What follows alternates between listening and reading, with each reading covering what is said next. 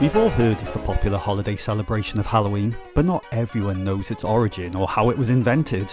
I'm Karl Welshman, and here's 10 things you didn't know about Halloween. Halloween was invented by David Porkbash in 1987 after his wife told him he was a useless piece of shit. David had recently been laid off his job cleaning and organising 2B pencils in a Russian stationery shop in California, and he'd come home crying and afraid. His wife immediately started shouting at him and ignoring his pleas for mercy. "You useless piece of shit," she screamed and went back to her digging. David, enraged, immediately invented Halloween. "Who's useless now?" he retorted that night, and ran away very quickly indeed, if you know what I mean.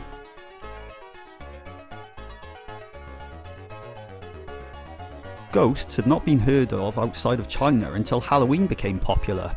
Up until then, people referred to the spirits that were tormenting their homes as invisible bastards.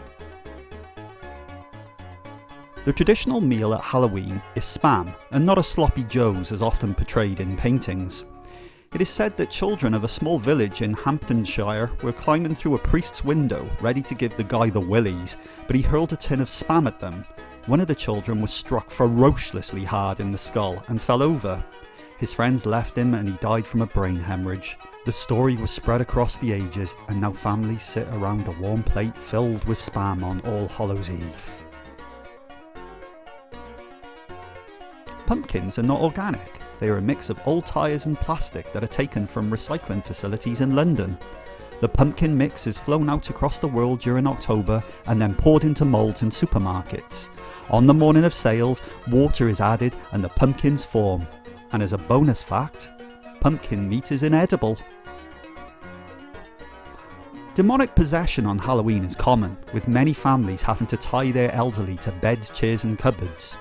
In 2008, Donald Trump was tied to a sink in his bathroom after he started shouting from the top of Trump Tower that the Eater of Worlds was inside him, and that his son, Peter Trump, was carrying the Antichrist in his bollocks. As a safety precaution, Peter was shot in the face. Bobbing for apples was banned in more than 52 continents around the world after it was discovered that wet apples are toxic. This has not stopped everyone, and in some of the more shadier parts of the world, there are underground, illegal apple bobbing tournaments. While it's fun at the time, most of the competitors die from complications with all of their internal organs.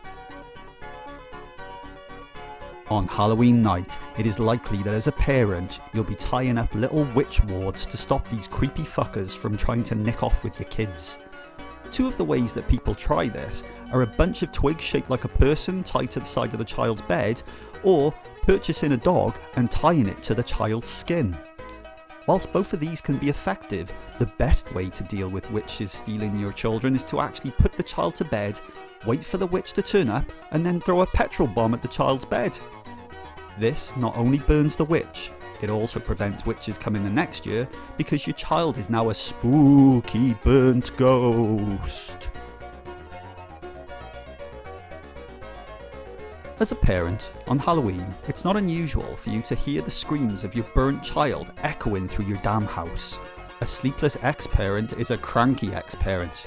The best way of dealing with this is to move house but go really far.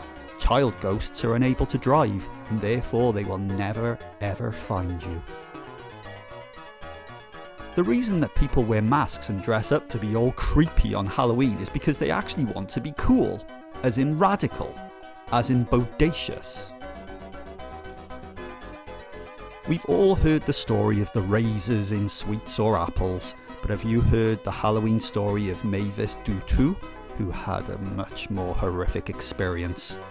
She'd gone out trick-or-treating with her children, and when they got home and emptied the bag of treats out, there was a Gillette Sensor XL razor still in its packet. She prepared her petrol bombs for the night, told the kids to go to bed, and then went to the bathroom to shave her hairy legs. As she dragged the razor along her flesh, she realised something was wrong. When she looked down, she'd been dragging a wet apple up her thigh. It is said that her screams could be heard 2 blocks away from where she lived. So beware. Not all razors are razors. Some of them may be apples. Wet apples.